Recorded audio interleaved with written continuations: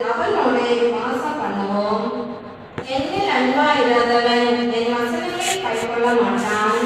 நீங்கள் கேட்கிற வசனம் என்னுடையதா இராமல் என்னை அனுப்பின பிதாவினுடையதா இருக்கிறது. நான் உங்களுடனே தங்கி இருக்கையில் இவைகளை உங்களுக்கு சொன்னேன். என் நாமத்தினாலே பிதா அனுப்ப போகிற பரிசுத்த ஆவியாகிய தேஜகரவாளனே எல்லாவற்றையும் உங்களுக்கு போதித்து நான் உங்களுக்கு சொன்ன எல்லாவற்றையும் உங்களுக்கு நினைவூட்டுவார். சமாதானத்தை உங்களுக்கு வைத்து போகிறேன். என்னுடைய சமாதானத்தையே உங்களுக்கு கொடுக்கிறேன்.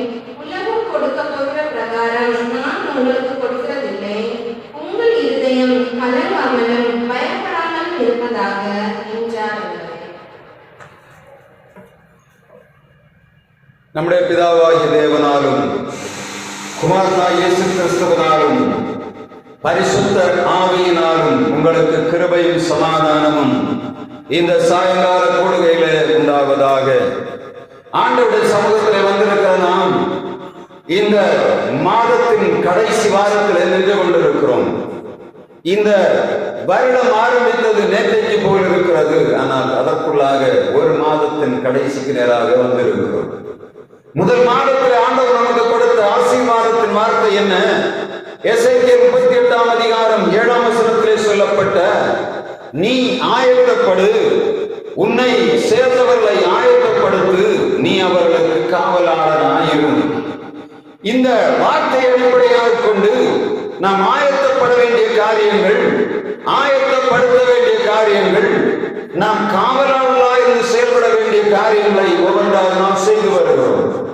ஆண்டவர் தம்முடைய பிள்ளைகள் ஆயத்தப்பட வேண்டும்.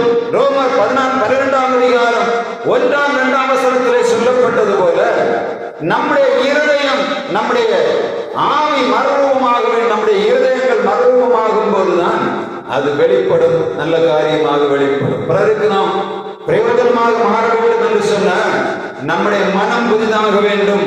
அப்பொழுது அது நன்மைக்கு ஏதுவான காரியமாக வெளிப்படும். நம் ஆவியின் கனிகளை பற்றி தியானிப்பதற்கு மூல காரணம் அதுதான். ஒரு மனிதன் வெளியே மாற்றம் பெற வேண்டும் என்று சொன்னால் அவருடைய உள்ளுக்குள்ளே முதலாவது மாற்றம் உருவாக வேண்டும். திருடனாய் பார்த்து திருந்தாவிட்டால் திருட்டை ஒழிக்க முடியாது. திருடனாய் பார்த்து திருந்தாவிட்டால் திருட்டை ஒழிக்க முடியாது. திருடன் தான் இனி போதும் என்று அவன் நினைத்து விட்டான் என்று சொன்ன அவன் திருட்டை விட்டு மாறுவான். ஆனால் அவன் நினைக்காம அந்த திருட்டை விட்டு வெளியே வர முடியாது. அதை போலத்தான் ஒரு மனிதன் தனக்குள்ளே மாற்றத்தை அவன் எதிர்பார்த்து, நான் இந்த உலகத்தில் வாழுகிற நான் கனி கொடுக்க வேண்டும், பிறருக்கு ஆசீர்வாதமாய் மாற வேண்டும், என் வாழ்வு ஆசீர்வாதமாய் இருக்க வேண்டும், என் குடும்ப வாழ்க்கை ஆசீர்வாதமாக இருக்க வேண்டும் என்று சொன்ன உள்ளங்களிலே மாற்றம் வேண்டும். அதான் கலாத்தியர் 5ஆம் அதிகாரம் 21ஆம் வசனம் சொல்லுகிறது, ஆவியின் கனியோ அன்பு, சந்தோஷம், சமாதானம், நீடிய பொறுமை, தயவு, நற்குணம், விசுவாசம், சாந்தம், இச்சையடக்கம், இப்படிப்பட்டவைகளுக்கு விரோதமான பிரமாணங்கள் ஒன்றுமில்லை. கலாத்திய சபைக்கு பவுலப்போஸ்தலன் எழுதும் போது அவர் ஆவியின் கனிகளை குறித்து எதற்காக சொல்லுகிறார் என்று நாம் தொடர்ந்து பார்த்து வருகிறோம். நாம் அன்பு, சந்தோஷம் 2 காரியத்தையும் இதற்குண்டாக தியானித்திருக்கிறோம். இன்றைக்கு 3வது ஆசீர்வாதமான சமாதானத்தை நாம் இன்றைக்கு கொஞ்சம் அனுபவித்து போகும்படியாக ஆண்டவர் இரக்கம் பாராட்டுவாராக. சமாதானம், பீஸ் என்று சொல்லுவது என்ன? ஒரு உலகத்திலே மனிதன் எல்லாவற்றையும் காசு கொடுத்து வாங்கி விடலாம். ஆனால் சமாதானத்தை மாத்திரம் காசு கொடுத்து வாங்க முடியாது. ஒரு குடும்பம் நன்றாக வாழ வேண்டும் என்று சொன்ன அந்த குடும்பத்திலே மிக பிரதானமான தேவை என்ன தெரியுமா? சமாதானம். சாத்தான் செய்கிற மிகப்பெரிய தந்திரம், குடும்பங்களிலே சமாதானத்தை திருடிவிட்டால் அந்த குடும்பத்தை எளிதில் தன் வசப்படுத்தி அவருடைய வாழ்வை சின்னாபின்னமாக்கி அவள் வாழ்வை நரகத்துக்கு நேராக கொண்டு போய் விடுவான். எனவே தான் இயேசு உலகத்திலிருந்து போகும்போது சொல்லுகிறார், என்னுடைய சமாதானத்தை உங்களுக்கு வைத்து போகிறேன். உலகம் கொடுக்கிற பிரகாரம் நான் கொடுக்கிறதில்லை. உங்கள் இருதயம் கலங்காமலும் பயப்படாமலும் இருப்பதாக. விதமாக ஒரே வசனத்திலே ஆண்டவர் 3 காரியத்தை வைக்கிறார். இவைகள் நான் என்னுடைய சமாதானத்தை வைத்து போகிறேன், உலகம் கொடுக்கிற பிரகாரம் கொடுக்கிறதில்லை. அதுக்கப்புறம் என்ன சொல்லுகிறார்? உங்கள் இருதயம் பயப்படாமலும் கலங்காமலும் இருப்பதாக. அப்ப உலகம் கொடுக்கிற ஆசீர்வாதத்தில் என்ன இருக்கு? கலக்கமும் பயமும் இருக்கு. அதான் ஆண்டவர் சொல்லுகிறார், நாம் உலகத்திலே கிடைக்கக்கூடிய சமாதானங்களையும் சந்தோஷங்களையும் நாம் பார்ப்போம்னு சொன்னால் ரொம்ப கேவலமாக இருக்கும். உலகத்தின் சமாதானம் எப்படி இருக்கும்? உலகம் ஒரு பொருளை நமக்கு கொடுக்கும் என்று சொன்னால் அது நம்ம நினைப்போம், இந்த பொருள் நமக்கு கிடைத்தா நமக்கு போதுமானதாக இருக்கிறது. ஆனால் வசனம் சொல்லுகிறது, நீதிமொழிகள் 1ஆம் அதிகாரம் 19ஆம் வசனம் சொல்லுகிறது, பொருளாசை வழி எப்படிப்பட்டது? நீதிமொழிகள் 1ஆம் அதிகாரம் 19ஆம் வசனத்தை வர வாசிப்போம். பொருளாசை உள்ளவருடைய வழி இது, அது தன்னை உடையவளின் உயிரை வாங்கும். பொருளை நம்பி அந்த பொருளினாலே நமக்கு ஒரு சமாதானம் கிடைக்கும் என்று சொல்லி கிஃப்ட்களை அனுப்புகிறார்கள். ஒரு நாட்டை சமாதானம் பண்ணுவதற்காக புறாக்களை அனுப்புவார்கள், ராஜாக்கள் வெகுமதிகளை அனுப்புவார்கள். சமாதானம் பண்ணுவதற்கு மூல காரணமாக எதையாவது பொருளை கொடுத்து அவர்களை முதலாவது சமாதானப்படுத்தி விடலாம் என்று சொல்லி யோசிக்கிறார்கள். யாக்கோபு தன்னுடைய மாமன் வீட்டை விட்டு புறப்பட்டு வருகிறான். ஒரு காலத்தில் தன்னை கொண்டு போடுவேன் என்று சொல்ல அண்ணனை பார்க்க வருகிறான். இப்பொழுது அவன் எல்லாவற்றையும் மாமன் வீட்டை விட்டு வெளியே வந்தாச்சு. அவன் எல்லாவற்றையும் விட்டு வந்தேன் என்று சொல்லி கடைசியாக அவனுக்கு ஒரு பயம் வருகிறது. யார் இதுவரையிலும் என் மாமனை விட்டு வெளியே வந்து விட்டேன், என்னுடைய பொருட்கள் எல்லாவற்றையும் கொண்டு வந்து விட்டேன், என் மனைவிகள் பிள்ளைகள் எல்லாவற்றையும் கொண்டு வந்து விட்டேன், நான் ஜெயித்து விட்டேன் என்று நினைக்கிற நேரத்தில் அன்று இரவிலே அவனுக்கு திரும்பவும் பயம் வந்து விட்டது. காரணம் என்ன? தான் கொண்டு வருகிற பரிவாரங்கள், தன்னுடைய எல்லா ஆஸ்திகளையும் பார்த்தால் இவைகளை நான் பாதுகாக்க வேண்டுமா, முடியாதா என்று அவனுக்குள்ளே பயம் வந்து விட்டது. யாரை கண்டு பயம்? ஏமாற்றின மாமாவை விட்டு வெளியே வந்து விட்டான்.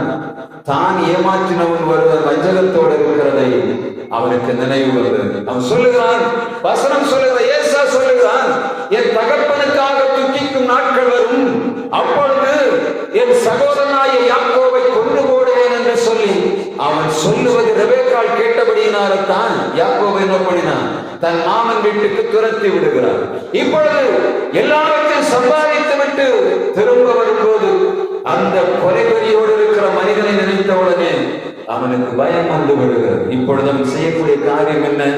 வசனம் சொல்லுகிறது, முதலாவது அவன் தன்னுடைய வேலைக்காரரை பிரிக்கிறான், தன்னுடைய காலாட்களை தனியாக பிரிக்கிறான், எல்லாவற்றையும் தனித்தனியாக பிரித்து ஒவ்வொரு இடத்துக்கும் ஒவ்வொரு மந்தைக்கும் அவன் இடைவெளி விட்டு சொல்லுகிறான், நீங்கள் முன்னாக போங்க, இந்த வெகுமதியை பார்த்து முதலாவது அவனை சமாதானப்படுத்தி விட்டு அவனை சாந்தப்படுத்தி விட்டு அவன் முகத்தை பார்ப்பேன் என்று சொல்லுகிறான்.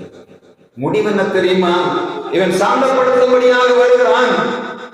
ஏசாவிடத்தில் வந்த பின்பு ஏசாவுடைய மந்தைகளும் இந்த யாக்கோவுடைய மந்தைகளும் பெருத்து போனபடியினாலே ஏசா அந்த தேசத்தை விட்டு சிறிய மலை தேசத்துக்கு போக வேண்டிய சூழ்நிலை வருவாங்க.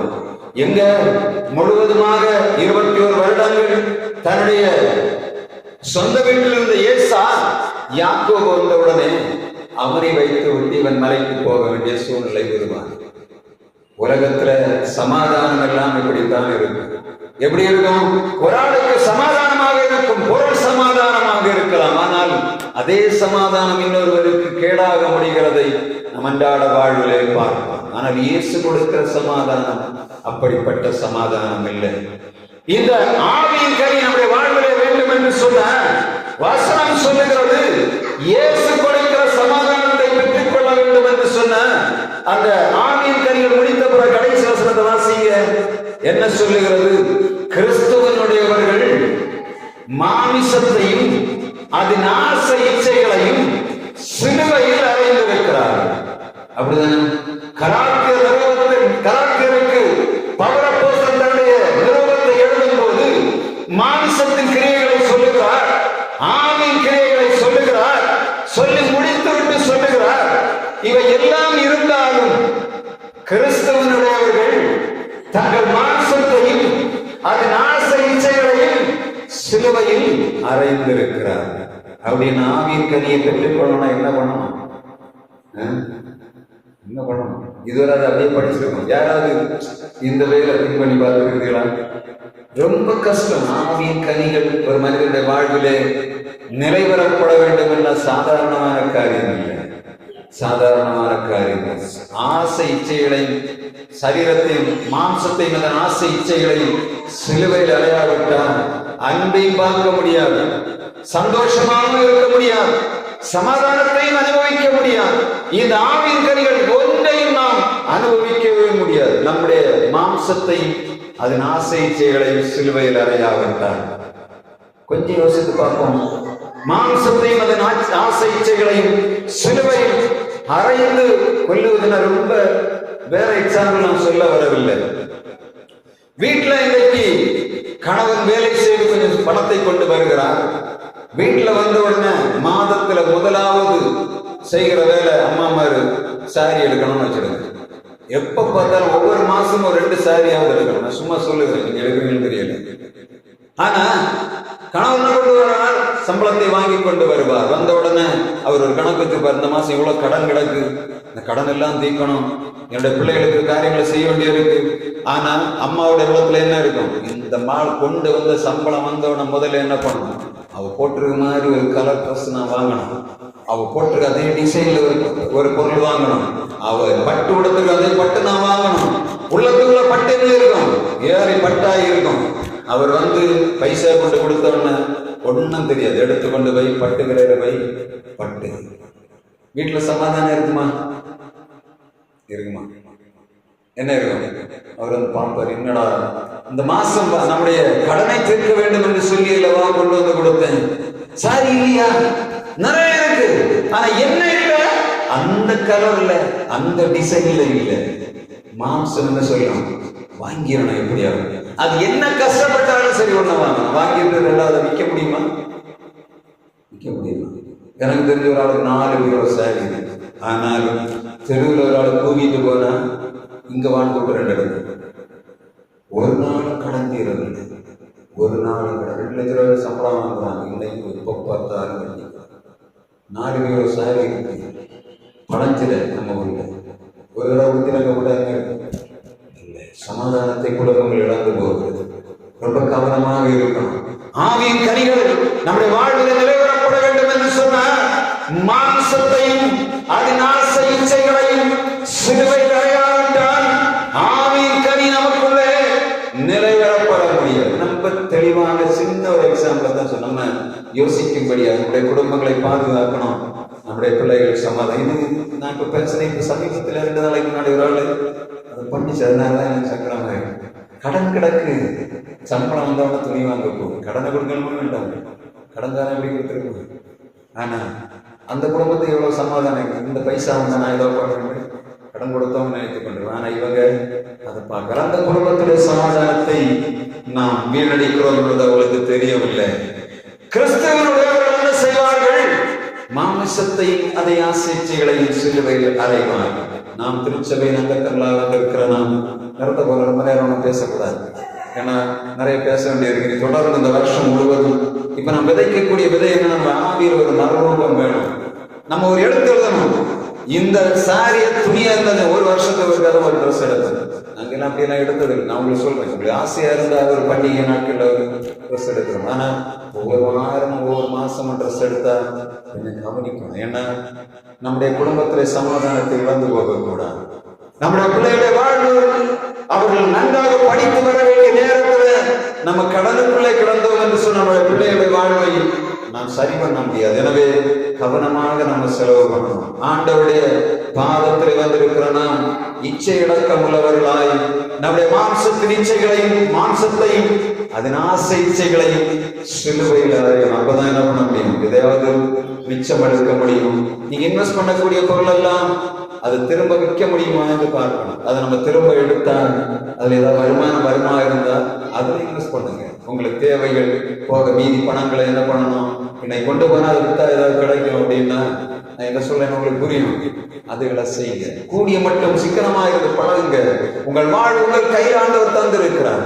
தேவையில்லாதது எடுத்து நீட்டா ட்ரெஸ் பண்ணுவதற்கு ஒரு 5 ஜோடி ட்ரெஸ் இருந்தா போதும். அழகா வாஷ் பண்ணி நீட்டா ட்ரெஸ் பண்ணி வச்சிருந்த குழப்பமே இல்லை. ஒரு குழப்பம் கிடையாது. இன்னைக்கு இது போடலாம், நாளைக்கு அது போடலாம்னு போடும். வந்து கேட்பாங்க, அன்னைக்கு போட்ட ட்ரெஸ்ஸா போடிய? ஆமா, ஒரு நாள் போட்ட ட்ரெஸ் 2ஆம் நாள் போட்டா கேட்கறாங்க, அன்னைக்கு போட்ட ட்ரெஸ் தான். குழந்தைங்களுக்கு என்ன பண்ணிடுறேன், ஈகோ வந்து ஒரு நாள் போட்ட ட்ரெஸ் 2ஆம் நாள் போட்டா காசு கொடுத்தானே வைக்கிறது. ஆனா இதுதான் சாத்தான் வைக்கிற கண்ணி. மிக கவனமா இருக்கணும். என்ன பண்ணுவோம்னா, நம்முடைய குடும்பங்களை சுதரடிக்கிறதுக்கு எடுக்கிற பெரிய விஷயங்கள் ஒரு வார்த்தை, ஒரு ஆளை பயன்படுத்துவாங்க. அந்த நம்முடைய ஈகோவை டச் பண்ணிட்டாங்கன்னா என்ன ஆகும்? நம்முடைய வாழ்விலே சமாதானம் வளர்ந்து. இந்த இடத்துல செய்தி இருக்கிற நீங்க உங்கள் கையின் பிரயாசங்கள் விரதாவாய் செலவு பண்ணப்படாதபடி கவனமாக பாதுகாக்கும். நம்முடைய மாம்சத்தையும் அதன் ஆசைகளை நாம் சிறுவில் அடைவோம் என்று சொன்னார். நம்முடைய வாழ்வில் தெய்வீக சமாதானம் இருக்கும். இரவு நேரத்துல வீட்டுல குடும்பத்துல நாம் ஒன்றா இணைந்து ஒரு பாட்டு பாடி ஆண்டவரை ஆராதித்து குடும்பமாக ஆண்டவர் தருகிற நன்மையை நாம் அனுபவிப்பது மாத்திரமல்ல, மீதி எடுக்கும்படியாக வாழணும். கடனை ஏற்றுவதற்காக வாழ்வதல்ல வாழ்வு, மீதி எடுக்கும்படியாக வாழ்வதுதான் வாழ்வு. ஆண்டவர் கொடுக்கிற ஒரு பைசா கொடுத்தாலும் சரி, அதில் மிச்சம் எடுக்கும்படியான வாழ்வை நாம் வாழ வேண்டும். அதுதான் குடும்பங்களிலே சமாதானம். நம்முடைய பிள்ளைகளுடைய எதிர்காலங்களுக்கு நாம் சமாதானத்தை சேர்த்து வைக்கிறோம். எனவே நாம் நம்முடைய ஆண்டவருடைய சமூகத்தில் வந்திருக்கிற நாம் நம்முடைய இருதயங்கள் மறுரூபமாகணும். ரோமர் 12ஆம் அதிகாரம் 1-2 வசனங்களில் அப்படித்தான் சொல்லப்படுகிறது. ஆனபடியால் சகோதரரே, நீங்கள் உங்கள் சரீரங்களை பரிசுத்தமும் தேவனுக்கு பிரியமான ஜீவபலியாக ஒப்புக் கொடுக்க வேண்டும் என்று தேவனுடைய இரக்கங்களை முன்னிட்டு உங்களை வேண்டிக் கொள்ளுகிறோம். இதுவே நீங்கள் செய்யத்தக்க புத்தியுள்ள ஆராதனை என்று சொல்லப்படுகிறது. நீங்கள் இந்த பிரபஞ்சத்துக்கு வேஷம் தெரியாதபடி ஆண்டவருடைய நன்மையும் பிரியமான அந்த காரியத்தை நாம் உணர்ந்து நம்முடைய மனம் புதிதாகிறதுனாலே மறுரூபமாகுங்கள் என்று ஆண்டவருடைய வார்த்தை சொல்லுகிறது. எனவே நாம் முதலாவது நம்மை ஆயத்தப்படுத்த வேண்டும். நம்முடைய இருதயங்களிலே ஒரு ஆயத்தம் உருவாக வேண்டும். ஜனவரி மாதம் முடிவதற்குள்ளாக நாம் இந்த வருஷம் செய்ய வேண்டிய அநேக காரியங்களை ஒன்றாக ஒழுங்கு பண்ணி வருகிறோம். நாம் ஆண்டவருடைய பணியை செய்யும் போது நம்முடைய குடும்பங்களிலே ஆசீர்வாதம் வேண்டும், நம்முடைய திருச்சபையிலே ஆசீர்வாதம் வேண்டும் என்று சொன்னார். ஆவியின் கனிகள் நமக்குள்ளே அது உற்பத்தி செய்யப்பட்டு ஆவியின் கனிகள் நம்மளே வளரும்படியாக ஆண்டவர் இரக்கம் பாராட்ட வேண்டும். உலகத்திலே வாழுகிற நாம் பிறருக்கு கனி கொடுக்கிறவர்களாய், பிறருக்கு ஆசீர்வாதத்தின் கருவிகளாய் மாற வேண்டும் என்று சொன்னார். முதலாவது ஆவியின் கனியாகிய அன்பு, சந்தோஷம், சமாதானம் என்று சொல்லக்கூடிய அந்த முக்கனி நம்முடைய வாழ்விலே அது நிலைவரப்பட வேண்டும். அதை ஆண்டவர் தரும்படியாக சுத்தமுள்ளவராய் இருக்கிறார். கேட்கிற எவனும் பெற்றுக் கொள்ளுகிறான் என்று கர்த்தருடைய வார்த்தை சொல்லுகிறது. அதிகாலையில் எழும்பின ஆண்டவரே பரிசுத்த ஆவி எனக்கு தாரும் என்று கேட்கும் போது ஆண்டவர் பரிசுத்த ஆவியை கொடுப்பது மாத்திரமல்ல, அந்த ஆவியின் மூலமாக கனியையும் ஆண்டவர் உருவாக்குவார். இதுதான் மிக முக்கியமான காரியம். எழும்பினவன கேட்கணும், ஆண்டவரே நீர் என்னை ஆசீர்வதித்திருக்கிறீர், உண்மைதான், உம்முடைய பரிசுத்த ஆவி எனக்கு அளவில்லாமல் தரணும். எல்லா மனுஷனும் கேட்க வேண்டிய முதல் கேள்வி என்ன? இந்த உலகத்தில் உள்ள ஆவிகள் நம்மை தாக்காதபடி, ஆசுத்த ஆவிகள், பிசாசின் ஆவிகள், மனித ஆவிகள் இவைகள் நம்மை தாக்காதபடி நம் ஆண்டவருக்கு அதிகாலை கேட்கணும், ஆண்டவரே உம்முடைய பரிசுத்த ஆவி எனக்கு தரணும், என்னுடைய சரீரத்தை என்னுடைய இதயத்தை சுத்தம் பண்ணணும், என்னுடைய சிந்தனை நீர் கழுவ வேண்டும், இரத்தத்தால கழுவி உம்முடைய பரிசுத்த ஆவியினால் என்ன நிரப்புங்கள் என்று கேட்கும் போது ஆண்டவர் பரிசுத்த ஆவியை நமக்குள்ளே ஊற்றும் போது அதிலிருந்து ஆவியின் கனிகள் வெளிப்படுவதை நாம் காண முடியும். எனவே ஆண்டவரத்தில் நம்ம கேட்க வேண்டியது என்னத்தை? ஆண்டவரே என்னிலே பரிசுத்த ஆவியை தாரும், ஆவியின் வரங்களை என்னிலே தாரும். அதைத்தான் நாம் பாடினோம். ஆவியின் வரங்களினால் என்னை நிரப்பிடுமே, எழுந்து ஜொலிக்க எண்ணெய் ஊற்றும் என்று சொல்லி பாட்டுக்காரர் பாடுகிறார். அதே போல நாமும் நம்முடைய வாழ்வில் ஆவியின் கனிகளை எதிர்பார்ப்போம். அது மிக விசேஷமான, உலகத்திலே நாம் வாழ்வதற்கு நமக்கு ஆவியின் கனி மிக முக்கியமான தேவை. நம்மை பார்க்கிறவர்கள் நம்முடைய பேச்சை பார்ப்பதில்லை, நம்முடைய வாழ்வை பார்க்கிறார்கள். நம்மளே கனி இருக்கும் என்று சொன்ன இந்த தேசம் சீக்கிரமாக நமக்கு வசப்படும். இந்த தேசத்தில் நாம் விதைக்கிற விதைக்கு அது கண்டிப்பாக பிரதிபலன் தரும். நம்முடைய ஆவியின் கனி, நமக்குள்ளே ஆவியின் கனி இருக்கும் என்று சொன்னா அநேகர் அதை தேடி வருவார். நம்ம கேட்க வேண்டியது, ஆண்டவரே நான் சுவிசேஷத்தை விதைக்கிறேன், வார்த்தையை விதைக்கிறோம், ஆனால் எங்கள் வாழ்விலே உம்முடைய கனி வெளிப்பட வேண்டும் என்று, ஆவியின் கனி வெளிப்பட வேண்டும் என்று ஆண்டவரிடத்தில் கேட்போம். ஆண்டவர் தொடர்ந்து நம்மை நடத்துவாராக. நாம் எழுந்து ஒரு பாடலை பாடும்போது ஆண்டவருக்கென்று காணிக்கை செலுத்தலாம். திருக்கரத்தான் தாங்கினை திரு சித்தம்போல் நடத்திடுமே. கூயவன் கையில் களிமண்ணா அனுதினம் நீ வனைந்திடுமே. கூயவன் கையில் களிமண்ணா அனுதினம் நீ வனைந்திடுமே. வசனம் தியானிக்கையில் இதயமதில் ஆறுதலே காரியோனில் நடக்கையிலே தீபமாக வழி நடத்தும். காரிருளில் நடக்கையிலே தீபமாக வழி நடத்தும். அன்பின் நல்லதே, நாங்கள் உமக்கு நன்றி செலுத்துகிறோம். இந்த நாளிலும் மாலை பொழுதிலே உம்முடைய இன்பமான பிரசனம் எங்களுக்கு தந்த தயவுக்காக நன்றி செலுத்துகிறோம். ஆண்டவரே, உம்முடைய பிள்ளைகளாகிய நாங்கள் உம்மை தேடி வரும்போதெல்லாம் எங்களை ஆசீர்வதிக்கிறவர். இந்த நாளில் என் கையின் பிரயாசங்களை நாங்கள் உமக்கு கொடுக்கிறோம். ஆண்டவரே, எங்களை ஆசீர்வதிப்பீராக. உம்முடைய பிள்ளைகள் 100 மடங்காய், 1000 மடங்காய், 1,00,000 மடங்காய் மேன்மையாய் வாழும்படியாய் கர்த்தர் இரக்கம் பாராட்டுவீராக. கையின் பிரயாசங்களை ஆசீர்வதித்தார். தொடர்ந்து நம்முடைய பிள்ளைகள் கொடுக்கிறதை நீர் காண்கிறீர். ஆண்டவரே, குறையில்லாமல் கொடுப்பீராக. வானத்தின் பலனை திறந்த இடங்களாமல் போக மட்டும் ஆசீர்வதிப்பீராக. எங்கள் திருச்சபை வளரட்டும். ஆண்டவரே, எங்கள் தேவைகள் சந்திக்கப்படும்படியாக, இந்த இடத்தில் நம்முடைய நாமம் உயர்த்தப்படும்படியாக, இதுவரை நாங்கள் ஓடின ஓட்டத்திற்கு ஒரு பிரதிபலனை நாங்கள் காணும்படியாக எங்களை அளவில்லாமல் ஆசீர்வதியும். எங்களை அளவில்லாமல் ஆசீர்வதியும். ஆண்டவரே, நாங்கள் உமக்கு அதிகமாய் கொடுக்கும்படி எங்கள் இருதயங்களுக்கு கத்த நல்ல சந்தனை தரும்படியாய் ஜெபிக்கிறோம். குறைவில்லாத ஆசீர்வாதம் நம்முடைய பிள்ளைகள் நிறைவாய் கட்டளையிடுவீராக. கத்தா வேலை செய்வதற்கு தேவையான பலனை ஆற்றலையும் நம்முடைய பிள்ளைகள் நிறைவாய் பெற்று அனுபவிக்கும்படியாய் கிருபை தாரும். தெய்வமே, பரிசுத்தாவின் அபிஷேகத்தின் வல்லமை பரிசுத்தாவியான நம்முடைய பிள்ளைகளுடைய கூடாரங்களுக்குள்ள நிறைவாய் தங்கி இருப்பாராக. ஆமாண்டவரே, ஆவியின் கனிகளை சிருஷ்டிப்பீராக. ஆவியின் கனியாய் அன்பு, சந்தோஷம், சமாதானம் என்று சொல்லக்கூடிய முக்கனிகளை ருசிக்கும்படி எங்கள் பிள்ளைகளுடைய வாழ்வில் இரக்கம் பாராட்டும். அன்பும் சமாதானமும் சந்தோஷம் எப்பொழுதும் ஒன்றுக்கொன்று இணைந்து நிற்பதை நாங்கள் காண்கிறோம். ஆண்டவரே, உம்முடைய அன்பின் கரத்தினால் எங்கள் பிள்ளைகளை ஆசீர்வதிப்பீராக. இந்த இடத்துல காணப்பட எல்லா விதமான இருளின் அதிகாரங்களை நீக்கி எங்கள் பிள்ளைகளை செழிப்பாய் நடத்தும்படியாய் ஜெபிக்கிறோம். ஆண்டவரே, கத்தாந்த நாட்களை வெளியூர்களில், வெளி மாவட்டங்களிலே, வெளி மாநிலங்களே வேலை செய்து கொண்டிருக்கிற பிள்ளைகளை கண்ணோக்கி பார்ப்பீராக. எங்கள் கையின் பிரயாசங்களை ஆசீர்வதிக்கிற எங்கள் ஆண்டவர், எங்கள் பிள்ளைகள் எந்தெந்த இடங்களில் இருந்தாலும் உம்முடைய கரமருளில் வைக்கப்படுவதாக.